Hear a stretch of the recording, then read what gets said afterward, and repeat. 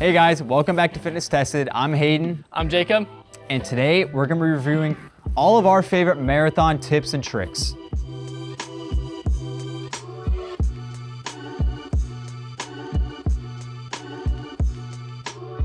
Okay, disclaimer here. I've actually never run a marathon. I am more of a 5K, 10K guy. I do run 70, 80 miles a week, but I've never ran a marathon, so disclaimer. Hey, still a Division I athlete though. So I haven't ran a marathon, but I've learned a lot from the people around me like Jacob. So the first thing that we're gonna touch on is nutrition. What do you think? Yep, so unlike this fraud here, I have run some marathons. So yeah, I've run 3 marathons this year, ran a marathon last year as well.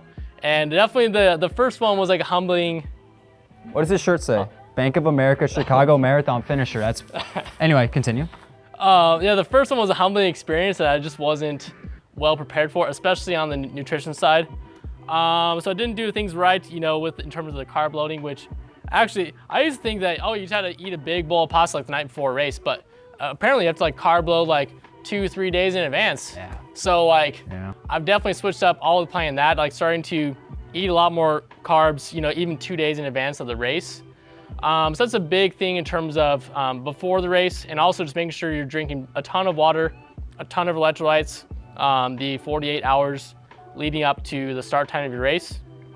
And then the morning of the race is very important as well. You do need to, like, everyone's different and everyone's stomach handles things differently, but you do need to get, you know, a good carb-filled breakfast too. You know, probably 80% carbs, and you can throw in some other macros in the mix if you like, but primarily carbs for your breakfast a few hours before the race.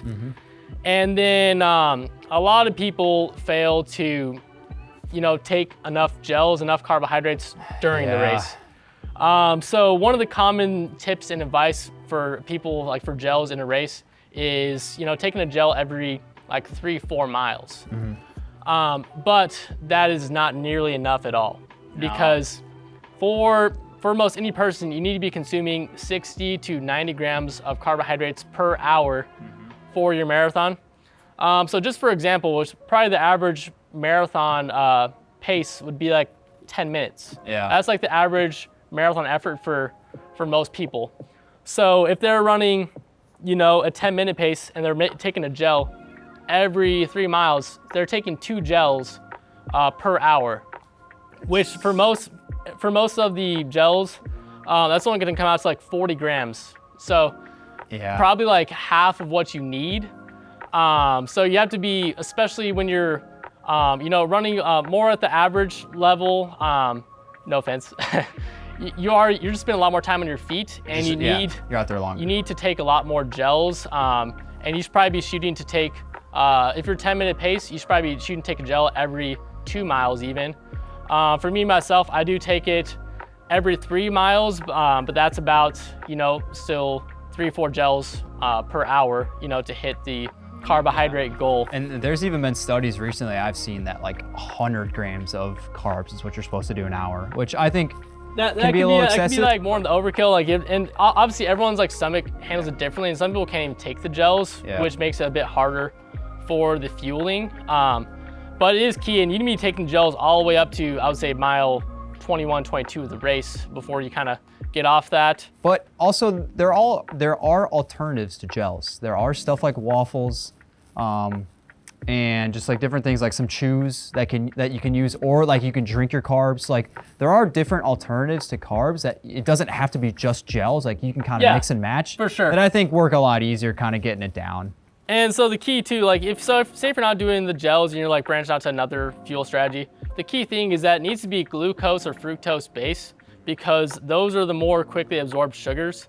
That was one of the big reasons I bonked in my first marathon. Is I was taking some gels, actually the UCANs, which I loved in training, and they're really easy to get down, really easy on the stomach, but they're cornstarch based, which is more of a slow digesting carbohydrate. So it's good to take on the early, maybe a couple of those in the early stages of the race, but then you need that quick absorbing fuel by the end. Otherwise, you're just not getting what you need. Yep, so that's a key. Yeah, it's a key part too. Next, what we're gonna touch on is just pacing in general. Yep. So I think with the marathon, there's so much energy around in the marathon. That'll get you through it.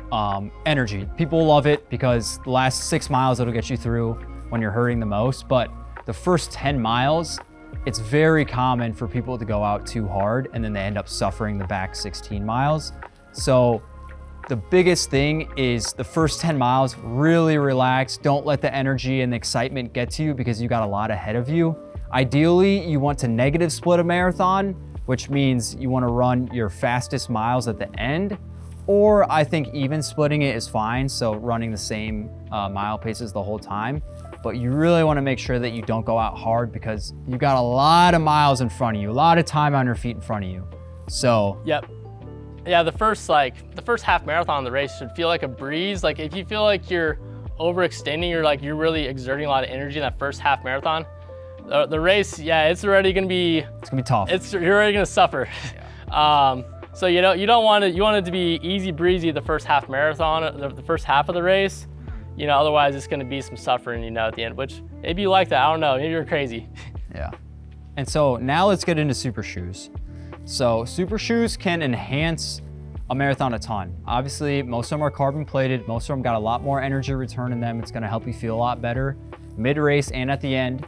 But if you've never worn a super shoe before, or you've worn one and they haven't been super nice to you, I think something super beneficial is coming in and getting a gait analysis to see what's going on with your gait. Because if you overpronate or supinate a ton, a super shoe is probably gonna do more harm than it is good. Super shoes in general aren't super stable. They're very light. There's just not a lot to them because they're supposed to be fast and bouncy.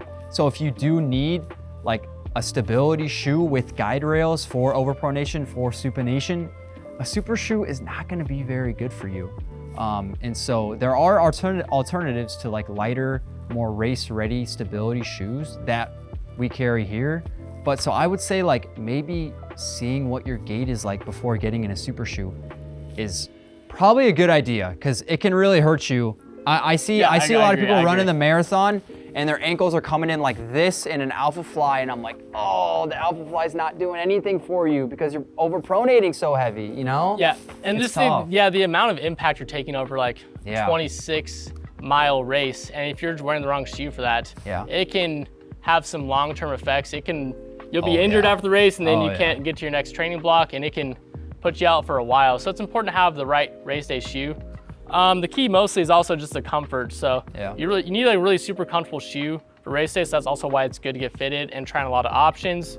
Your comfort's key for the marathon, because if you're uncomfortable in shoes, it's going to be miserable and it's going to end badly for you. And so I think like something to try this out is obviously like this guy's a coach, but I think like a few weeks before your guys' marathon, if you guys can like do a long run in all your marathon gear, in your marathon shoe with your marathon semi-nutrition to try everything out, because if you go on marathon day and you've never worn your super shoes before, that might be a problem. So I think like trying everything out in a long run, like a month to a few weeks, right, before your marathon is a great idea to make sure everything's working. Yep, and super shoes and all these fancy things we got nowadays, they're not something to be like, gate kept necessarily. And there is one shoe for everybody out there. So even like, I wouldn't necessarily recommend this shoe for a 4-hour marathoner because you're probably gonna break your ankle on like one of the turns. It's super unstable and you're not gonna get the output of the shoe that is intended. But then maybe there's a shoe out there like the ASICS Super Blast, which is very lightweight, has a lot of responsiveness. It's like stiffer foam, so it's more stable. So then you can still get that race day shoe effect where you have that light shoe, that comfortable shoe to feel ready to roll for race day. So there is a shoe out there for everybody. Maybe it's not this one, maybe it's another one that we can help you out with though. For sure. So those are our marathon tips and tricks. Comment below if you'd like us to talk on any other topics for your next marathon. Yeah, and good luck with your marathons in the near future if you guys have any. Thank you guys for watching. I'm Hayden. I'm Jacob. And we'll see you guys in the next video.